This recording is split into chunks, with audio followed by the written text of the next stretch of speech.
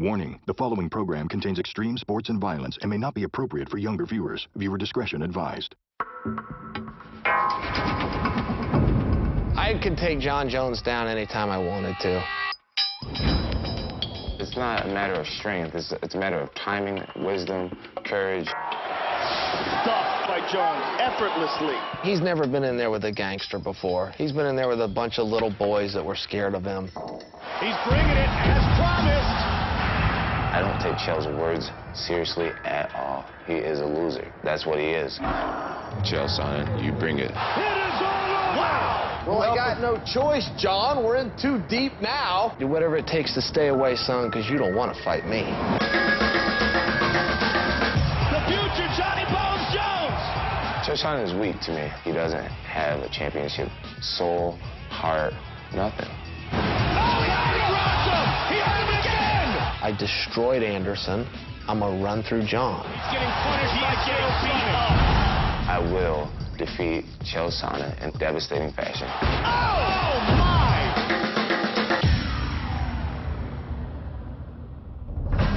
UFC light heavyweight champion Jon Jones defends his title against dangerous challenger Chael Sonnen. Middleweights Michael Bisping and Alan Belcher go to war. Heavyweight Roy Nelson goes toe-to-toe with Czech Congo. 8th-ranked light heavyweight Phil Davis takes on Vinny Magalhares, and 5th-ranked lightweight Jim Miller challenges Pat Healy. The countdown to UFC 159 starts now. Last August, just 8 days before Dan Henderson was scheduled to challenge Jon Jones for his light heavyweight title, Henderson pulled out of the fight with a knee injury.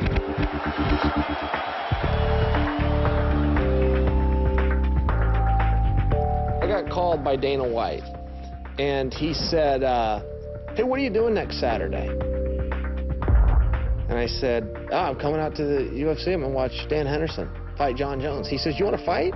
I said, who? He said, Jon Jones. I said, I'll fight Jon Jones right now. No need to wait 8 days, Dan. I'll fight him right now. They gave Chael the opportunity to step in there on his close friend's behalf, and I just didn't think it was a great idea. You know, Chael's a smart guy. I'm sure he was doing some type of training on his off time. They didn't take it. He thought I was preparing for him. He thought Dan Henderson and I were in cahoots. Chael Sonnen had started talking a lot of trash to me, harassing me, coming out of nowhere with lots of insults randomly. Later on, we find out that Dan Henderson had been hurt about 3 weeks earlier than reported. Right around that 3-week mark is when Chael came out of nowhere. It was a lot of coincidence, I'd say. Instead of fighting Chael Sonnen, I ended up fighting Vitor Belfort. Good luck to both of you. That first round, I went out there, took him down. I found myself caught in an arm bar pretty fast, and boy, did that suck. I'm sure he has submissions. Oh, armbar! He's got it! He's finishing right here! Vitor Belfort looking to finish his fight. Jones trying to power out of it. It was the most painful feeling I had ever felt in the octagon. Can he get it? He might break that arm, Mike. He might break that arm. You know what? It's a little high now. I think he's out. He's out. He's out. Wow. Losing is one thing. Sometimes you can't control winning and losing. But quitting is something that I can always control. I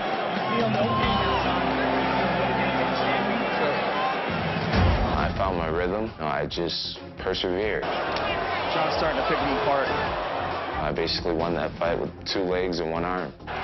Found myself in side mount, rained a few elbows on him, locked in an Americana, and finished the fight. He's trying to get him in a mounted crucifix. He just needs to secure the right arm. Now he's going for a Kimura. It is all over! Jon Jones remains the UFC light heavyweight champion! Chael Sonnen, meanwhile, continued to campaign for a shot at Jones' belt. I was never going to back off of whoever's the champion. Yeah, I got a restaurant in town. Goes in the oven on one side, we wait our time, comes out, golden brown, ready to be served. And we had a Jon Jones special, loaded with cheese and extra chicken.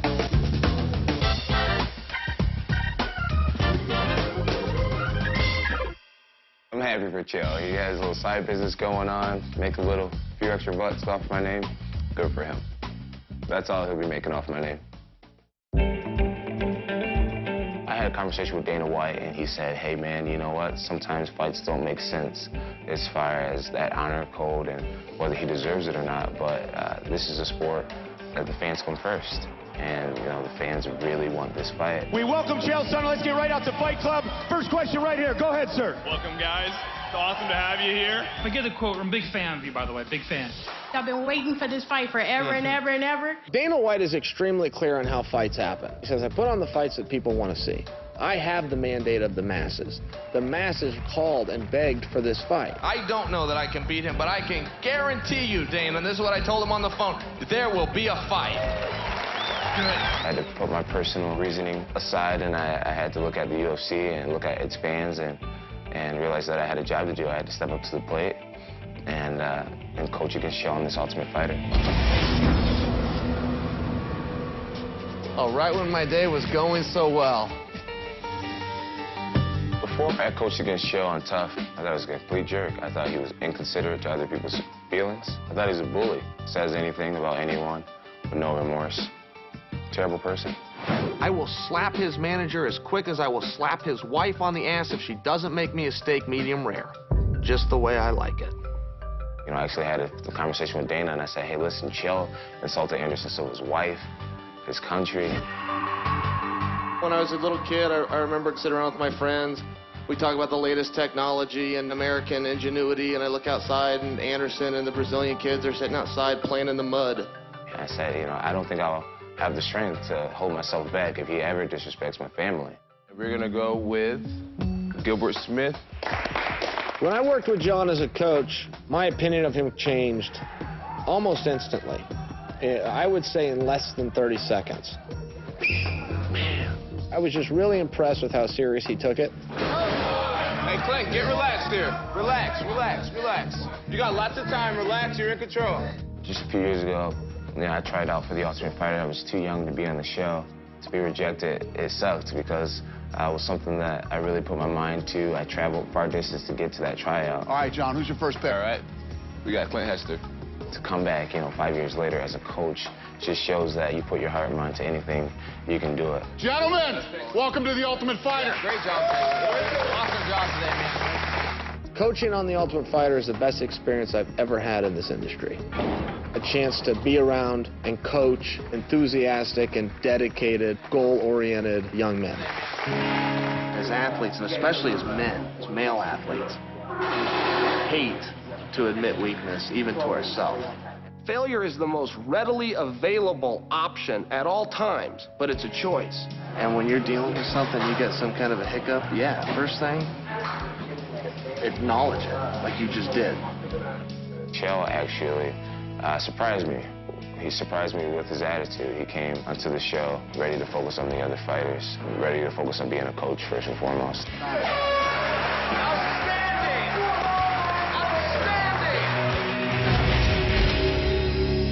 But my feelings about Chael really haven't changed too much. Still think Chael can be a pretty crappy human at times. If John Jones, a potted cactus, and a slice of pizza from my oven were all on jeopardy, John Jones would not make the final round. Just being around him, being a guy who pays attention closely. I realized that Chael doesn't believe. Do not have chills going up your spine for the first time on Fox for you to be here in Chael's Octagon on Chael's channel, holding Chael's microphone, interviewing Chael. No matter how much he tries to convince himself that he believes that he's going to win this fight or that he's the champion without the belt and all this type of stuff, he just doesn't believe. And that's why he comes up short in every opportunity he gets to be a champion, because he doesn't have a championship soul, heart, work ethic, nothing. They tell me he's good, but I know that can't be true. I saw him get armbarred by Vitor, and he's 52. He's never been in there with a gangster before. He's been in there with a bunch of little boys that were scared of him. It's a totally different deal. When you're the greatest fighter in the world today, they got a name for you. They don't call you a great fighter. They call you Chael Sonnen. Beat me, if you can. He's never had an experience like this one. There's a reason that he said no the first time. I don't take Chael's words seriously at all. He is a loser. That's what he is. When the guy in the shark suit clears the ring and the guy with dreadlocks says fight, I'm gonna walk across that ring, I'm gonna put him on his ass, just like I have everybody else. Do whatever it takes to stay away, boy, because you don't want to fight me. All right. Chael Sonnen is the definition of a mental midget. He's not a champion. He's not made out of championship stuff.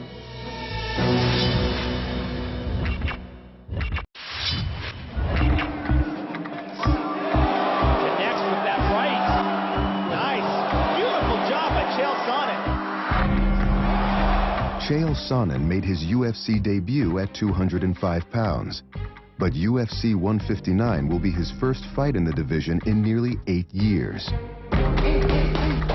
205 and 185 are essentially the same thing. You're talking about 20 pounds. In real life, you don't have an opportunity to ask a guy what he weighs anyway. We're at war right now. I think one of our soldiers looks across the battlefield, hey, how much do you weigh? I think you're a little too big for me. Let me find some. It doesn't work that way. Anyone, anywhere, anytime, and I don't ask the guy what he weighs. He's bringing it as promised. A lot of people are saying, hey, man, you know, you're fighting Chael Sonnen. He's a blown-up middleweight. I disagree. Chael Sonnen is a very strong guy. Chael Sonnen, #1 all-time in controlling position in the octagon. During the Ultimate Fighter, I felt smaller than him a lot of times. I'm definitely a lot taller than him, but I was walking around at about 225. Chael was walking around at about 235. In 6.5 rounds with middleweight champ Anderson Silva, Chael scored 4 takedowns and made the most of them. And he's down again. Chael hits him again. And again, and again, and again. Over and over again. Anderson Silva's a phenomenal fighter, but he's not John Jones. John Jones doesn't fall over when you get to his legs. Looking for the shot. Stuffed easily. Easily stuffed by Jones. Effortlessly. I could take John Jones down anytime I wanted to. I'm a 2-time national champion. I got a silver medal from the World Championships. That says I can take John Jones down. Slammed right into side control. I'm the best MMA wrestler in the world, and that could only be disputed by George St. Pierre. Got him up in the air and down. Superior grappling ability being displayed by Chael Sonnen. I've been able to get a lot of the wrestlers to play my game. I've been able to kind of mesmerize them and get them watching me instead of actually coming at me with their wrestling ability. The elbow. I think Chael may ignore what I do and try to just come straight in and go in for that double leg dive like he likes to do. There's the power double, and he's down. I'll have a plan for that, for sure. You think you're going to take John down, all of a sudden you're getting tripped, you're getting thrown yourself. Nice throw! Nice trip! He's got very awkward, sneaky little takedowns and trips, and they're very effective. Rashad. Oh, he tagged him. When Chael gets put on his back, he's not the same fighter. He's used to intimidating people, putting them on their back consistently. And John's the kind of guy who can put you on your back and scare you. Full mount trouble for Matt Hamill. Matt Hamill's in deep, deep trouble. Big elbows from Johnny Bones Jones. Look at that ground and pound. He taps before submissions are even sunk in. I put one hand around his throat, he's probably going to tap. Oh, he's going for a guillotine. Oh, he got hands all over! Chael Sonnen's threshold and willing to win is suspect. Everybody knows that. Why has Chael been so susceptible to submissions in the past? It starts in the mind. I think he has some psychology issues. I think he is a weak-minded person, and he looks for a way out. Triangle, watch out, triangle! This is trouble! This is trouble! He's got his legs across. That's what's... He's got the hands all over! After his devastating 5th-round submission at the hands of Anderson Silva, Chael Sonnen began training with BJJ world champion Vinny Magalhares. He is the world champion. He's not one of the best guys. He has the title, and nobody's taking it from him. So I get in there, I'm gonna go now, and I just work with one arm and head. So now I'm actually not so to stay here. I'm just controlling. This arm is working out. Okay. Yeah, and then maybe I'm gonna try to readjust now. Yeah. As good as he is, though, as an athlete, he is an equally, if not better, coach. I blew past Anderson's guard in the last fight. He showed me that 2 days before the fight. Still stuck inside that half. There he got it. He knows it better than anybody I've ever met. John isn't terribly known for working off of his back. We're offense-based, and we're planning on going after him and making him tap. And again with a big takedown, Chael Sonnen. I think Chael Sonnen is definitely strong enough to take me down, but it's not a matter of strength. It's a matter of timing, wisdom, courage. I fought for a world title against a guy named Paulo Filo, and I destroyed him. I couldn't take him down. He shot on him, got stuck in the guillotine. Very soon again. He was too short, too good at wrestling. I couldn't get him off his feet once. One of the toughest fights I've ever had. It's against a guy named Yushin Okami. I couldn't get him down. It was all stand-up. Oh! Okami tags him, and then Sonnen comes right back. Nice left hand by Sonnen. There's no doubt Chael's game's weak in comparison to John with the striking. He's a virtuoso. He's just a genius fighter. He really takes to this sport like no other that I've ever seen. Reaching John is tough. I don't think Chael's got the footwork for that, and I think that John kills him with the stand-up. The reach advantage is just so tremendous. It's the most significant advantage in all of MMA. And guys can talk about their move, how you're going to move your feet and dance here. When he throws this, it's crap. This is not chess or checkers. This is a fist fight. Put your chin down, walk towards him, and kick his ass. That's it. It's that simple. Look at that. Chael will give him no space, Joe. The tougher guy is going to win. The tougher guy wins every time. Unless you're Anderson, then just the luckier guy wins. I think John kicks him in the head and finishes him. I honestly do. High kick by Jones. I destroyed Anderson. Another big shot by the challenger. I'm going to run through John. Vicious elbows possessed by John Jones.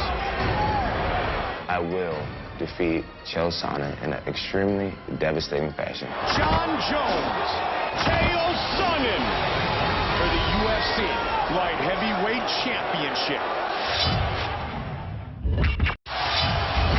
And Joe Bisping throws leather. Oh, big knee. Giants down the knee. Teeing up again. Michael Bisping made his UFC debut in June of 2006, winning Season 3 of The Ultimate Fighter.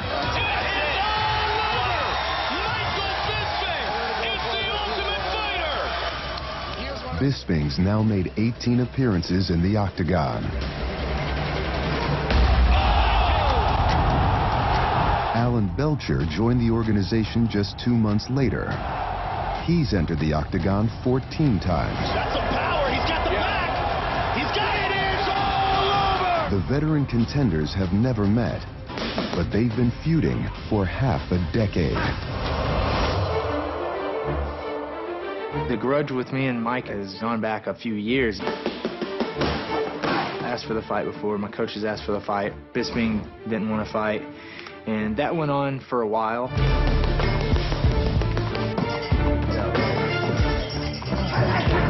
The first time he called me out, my response was, listen, if this guy, Alan Douchebag or whatever his name is, if he's looking for an opponent to fight, maybe he might want to pick a fight with his tattoo artist because of the abomination on his arm. That is a pretty crazy Johnny Cash tattoo. Apparently it's supposed to be Johnny Cash, but for me it looks like a fat Elvis Presley. He wants to fight me because he wants a piece of what I've got. I'm by far a better fighter than him. I've co-main evented and main evented many a UFC. People know who I am.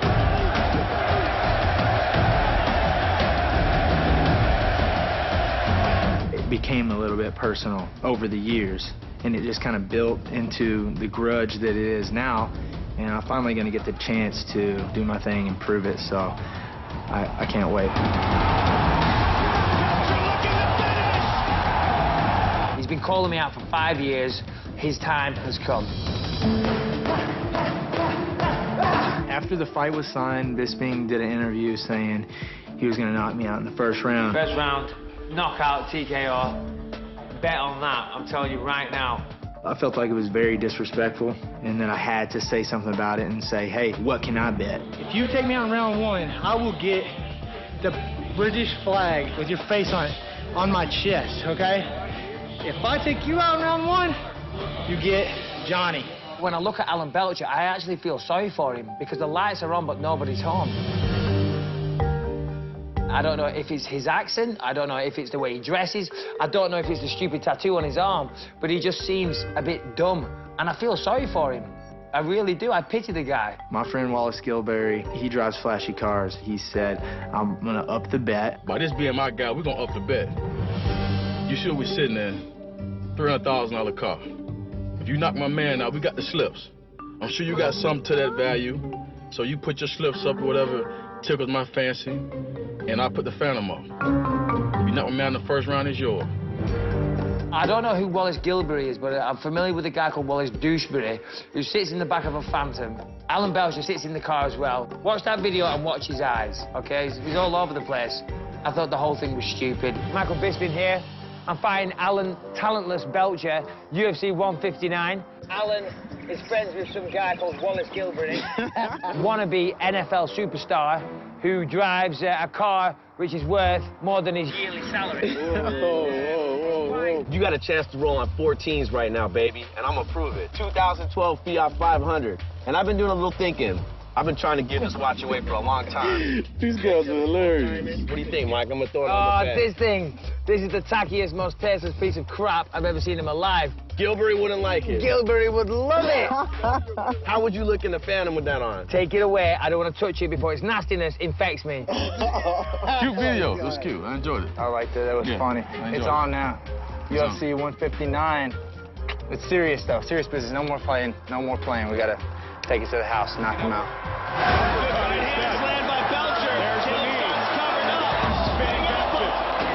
I think that Bisping started this whole thing wanting to make a bet, and then it came back to bite him in the butt. He's the one that made the bet first. The man's just not confident to follow through with it. Stupid, it's childish. I've got a better bet for you. I challenge you to a fight. I'm not wasting time poncing around talking about tattoos and cars and whatever crap him and his mate Wallace Douchebury want to come out with. Let's settle this like men. I would love to just shut him up, knock him out, and embarrass this guy. If I don't win after talking all this, I'm gonna look like a fool. But believe me, I ain't losing this fight. It ain't going to a decision. Been calling me out for 5 years now, Belcher. You're gonna regret never calling me out. Well, you got your own way. Good for you. Unlucky, boy. You're getting knocked out. You're gonna see what's up.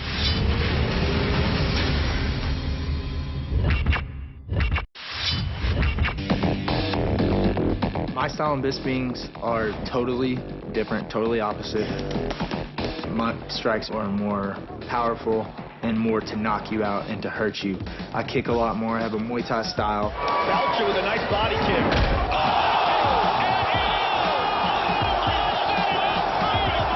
And I use a lot of different weapons. And a takedown. Big elbow by Belcher. Big elbow. Big elbow. Look at Belcher go. All Bisping has is just fast, straight punches with a lot of foot movement. Good 1-2 by Bisping.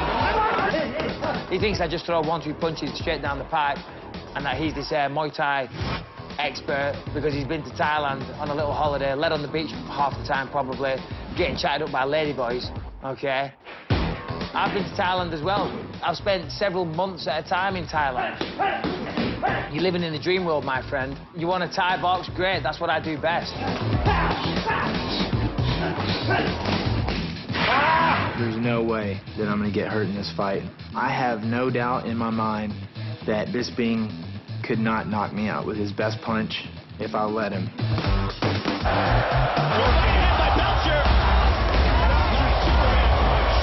When he's led on the floor, looking at the referee, we'll see who hasn't got knockout power.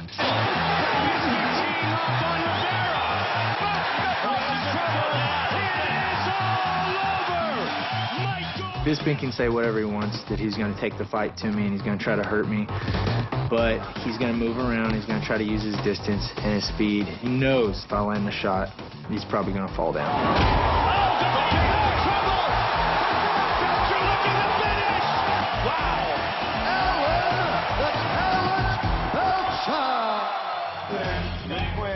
I expect Michael Bisping to try to take me down at some point at the fight.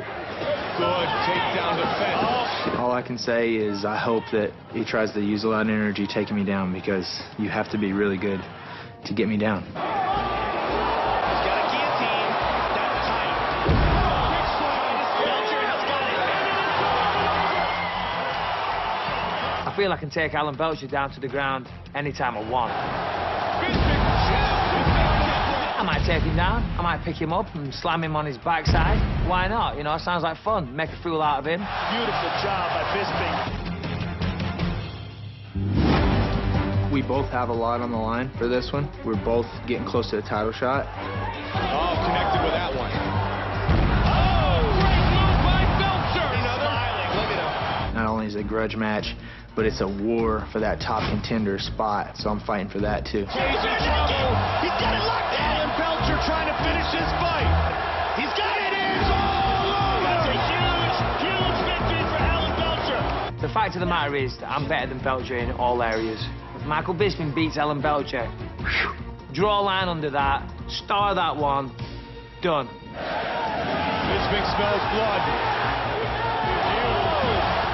To get to the next level, Michael Bisping's in my way, and frankly, I don't like him. If he has no respect for me as a person, he damn will have respect for me as a fighter after I'm finished with him, and he's led on the floor when I'm done with him.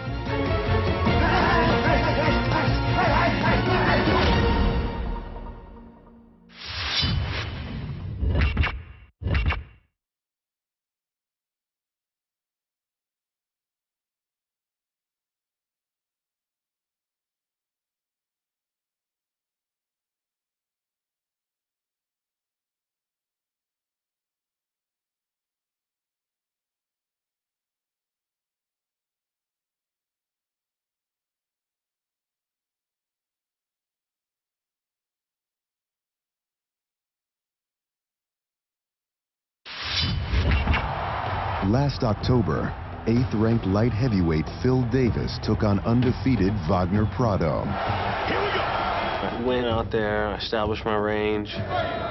Prado's going to try to keep that range away from Phil Davis. Took him down, beat him up on the ground. Oh, big right hand by Phil. Davis looking outstanding here thus far. We ended up on our all fours. I just sank in my signature anaconda, rolled through, and that was it. But still controlling his posture is Davis. And again, he'll look to finish it. This time anaconda takes it all over. Brilliant, brilliant job by Phil Davis. What a grappling display he put on. Phil, Mr. Wonderful! Just moments after the fight ended, former Ultimate Fighter runner-up Vinny Magalhares tweeted, "I wish Joe Silva could send Phil Davis my way at some point." After the Prado fight, Vinny started calling me out, and I didn't really know who he was, so I guess I was a little surprised. I didn't respond to him at all. So they comes up at UFC 155. He was supposed to fight Forrest Griffin, and Forrest Griffin gets pulled out of the fight because of an injury. I texted Dana and Joe. I was like, if you guys want him to fight Phil, if you guys gonna find a replacement for him for 155, I'll fight him like later next year. Instead, Dana offered Vinny Forrest's spot at UFC 155 in 3 weeks. I guess he declined that offer. I was not in shape, and I was weighing like 245 pounds. Look at this guy. Look at this guy. Look at him skinny. Getting skinny. I'm 4-pack right now. To take a fight against a top 10 fighter who's been in full training camp and giving me only 3 weeks would just make no sense. A Twitter war ensued.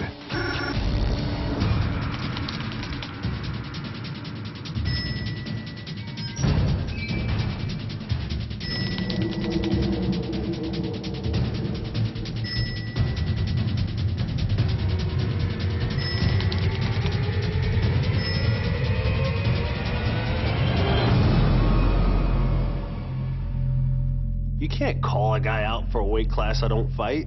It doesn't work that way. I offered him a chance to fight on the moon. That sounds just as reasonable. To go there and give me a 3-month camp and give me only 3 weeks, it's not fair. That fight would have been in Vegas, and he trains in Vegas. He literally could have slept in his bed every single night up until that fight. I don't see what the problem is. He started lying, saying that I didn't want to take a co-main event spot. I ran from the first fight, so now he's just trying to act tough and trying to ask for another fight. No, I won the fight. At first it was nothing personal, then when he started to lie, then it became personal. With no opponent, Phil didn't fight at UFC 155.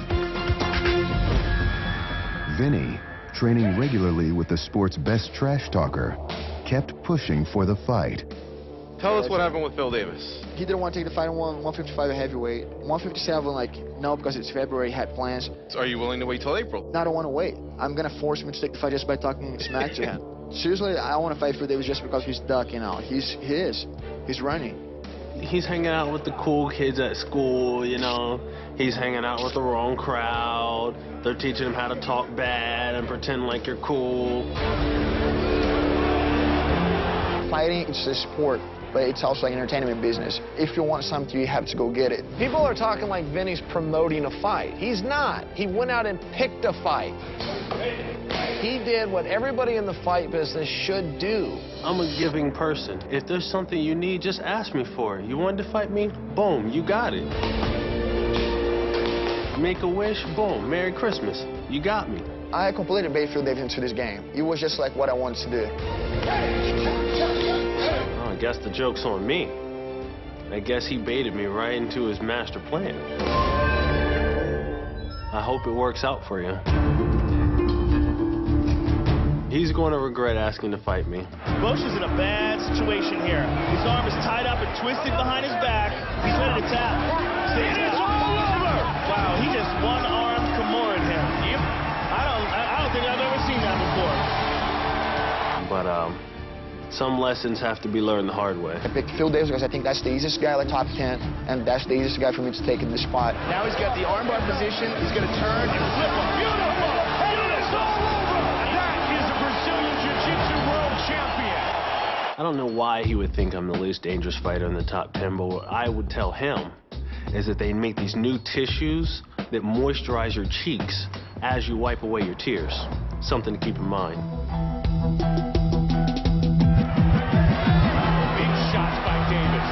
He's a top 10 fighter who's going to be dropped from the top 10 after I beat him. He just did what I wanted. You should be careful what you ask for. You might get it. He's not going to do anything to me on the ground, period. He's not going to out-grapple me. If you're talking, you need to be walking.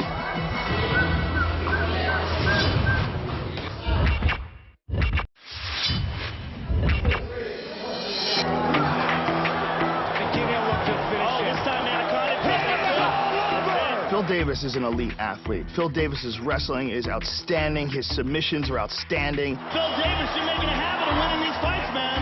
You know, I do what I can out here, JoJo. I'm trying now. At Penn State, Phil Davis won an NCAA Division I national championship in wrestling. In the Octagon, he owns impressive submission victories over top contenders Alexander Gustafsson. Mr. Wonderful! Tremendous winner by submission!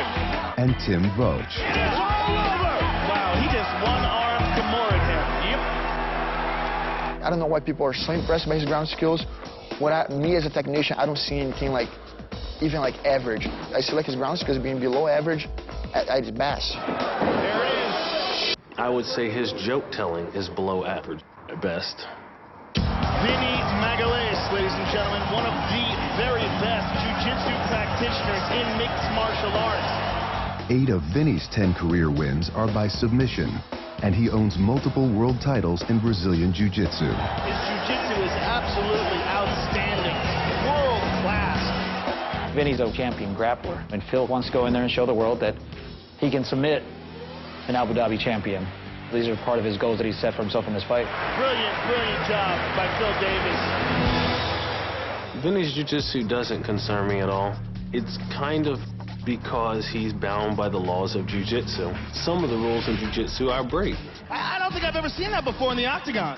I kind of make the rules up as I go. I do the exact wrong thing, and it works for me because I follow the rules of wrestling. And wrestling, it's a little bit stronger of an art form. Big shots by Davis. That's some good ground and pound. Wrestling, I'll give that to Phil Davis, but who cares? He takes me down, he's going to be my world. And Vinny's got him down. This is huge. Even better top position. And this is where Vinny Magalhares shines. Oh, big right hand by Phil. Davis looking outstanding here thus far. Absolutely, I have a stronger ground game because I use a lot of punches. I use my jiu-jitsu. I use them back and forth and mix them together. Boom! Oh! Look how high those knees are coming up. I know if I'm getting that situation, if I put him on his back, or even if I go on my back and he gets to my guard, I'm going to submit him. All I can say is, you know, bless your heart. You can't argue with craziness. You can't argue with crazy. You only look crazy yourself. I want to fight a guy like Phil Davis who cannot strike, because every time people throw a punch, he just like folds and starts to shoot. Nice deck kick. Davis aggressive early. I fought a lot of the top strikers in the UFC. Nice punches here by Davis. And I'm still one of the least hit guys in the UFC. It's not because I run it. Phil's all-around game is better than Vinny's. Vinny poses one threat. Vinny's not going to stand there and say, hey, Phil, let's stand and trade or let's wrestle. No, we want a jiu-jitsu match, and maybe I'll beat you. Phil brings the whole game. I hope he doesn't say to himself, what did I do this for? Why did I call this man out? This doesn't make any sense. Why did I do this? I could have fought somebody that wasn't top 5 and came home a winner without 2 black eyes and a bruised ego. Phil Davis has never given black eyes to anybody. He cannot even throw a punch. I think he studied a lot of tape, and he has me all figured out. See, there he goes, straight into the triangle position. I know I'm going to finish him. Like, it could be a knockout, it could be like a submission, but I know I'm going to finish him. He's going to turn and flip him. Beautiful!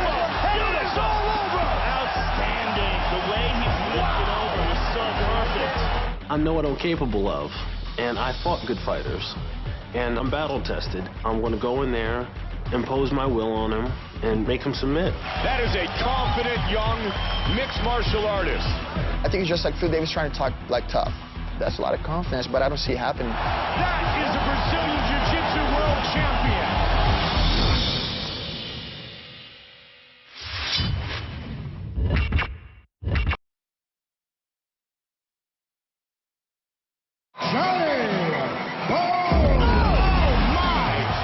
Before the light heavyweight grudge match, 7th-ranked heavyweight Roy Nelson tries to extend his winning streak against knockout specialist Czech Congo.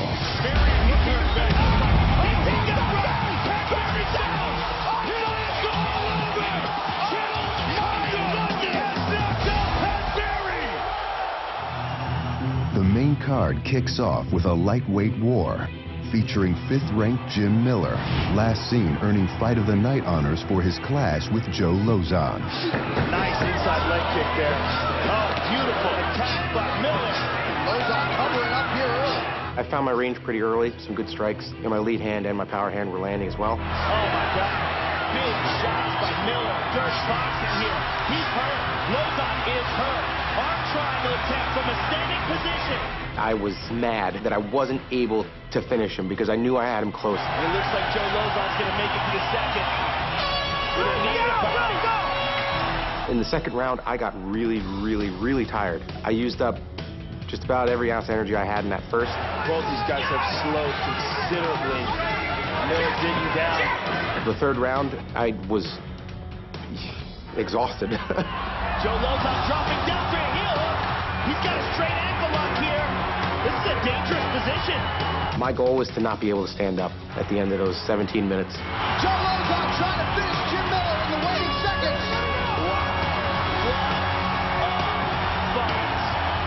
Might as well leave it all in here and let the guys that are outside the cage help me up, help me out of the cage, and help me into the back where I can collapse and, you know, and hug a trash can if I need to. Next up for Miller is former Strikeforce standout Pat Healy, fighting in the UFC for the first time since 2006, in a pro career that goes back 12 years. Pat Bam Bam Healy. I actually got involved with MMA. Older guy up the street was looking for some guys to spar with. Me and my brother were the only ones stupid enough in the neighborhood to volunteer. He beat us up quite a bit, but we learned how to fight that way. We went to the video store and we rented every single UFC they had.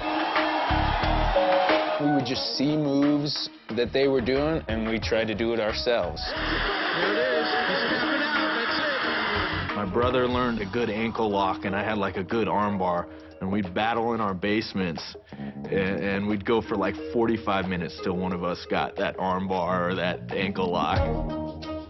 We would punch holes in the wall. We would throw each other into the drywall and break it.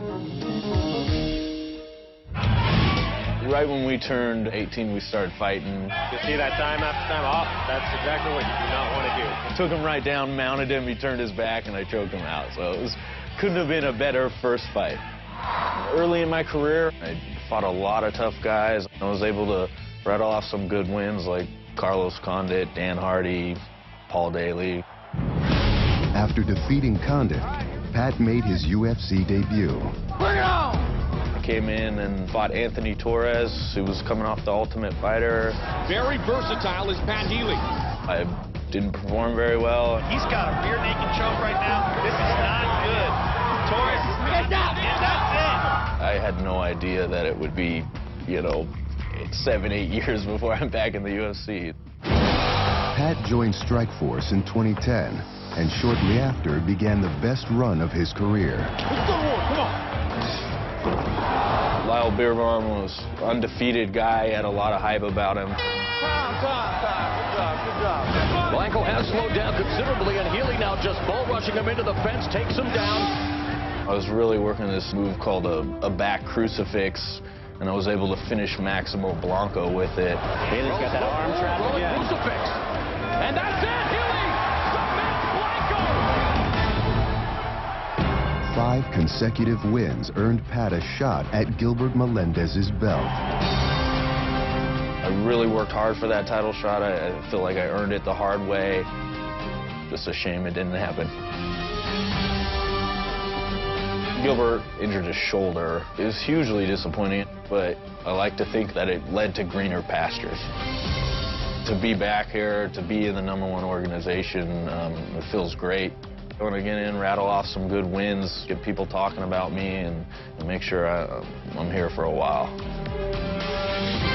He's got one of the better names coming over from Strikeforce. And again looking to isolate the leg. Now going for the rear naked choke is Pat Bam Bam Healy. He's a great wrestler and grappler. We have a lot of similarities, and I've fought guys that I have similarities with, and I've been good at coming out on top.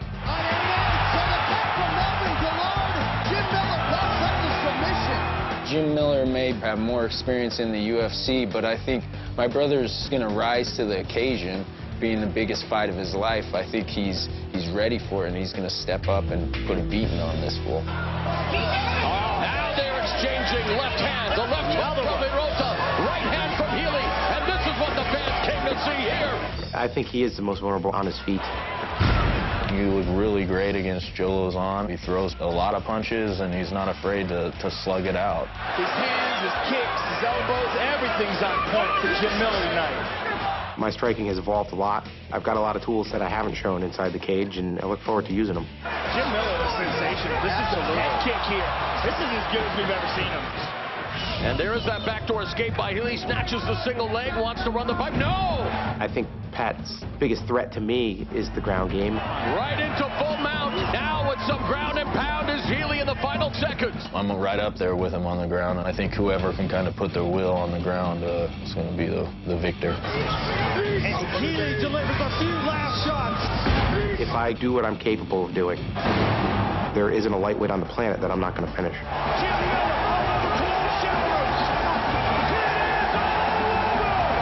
I'll defeat Jim Miller by wearing him down, using my size, and, you know, eventually catching him in that 3rd round. That one's deep. It's pretty tight, my friend. That one. And there's the tap out, Pat Healy. I've cemented myself at the top of the UFC's lightweight division, and if he were to come in and beat me, then that looked great for him. It's not happening.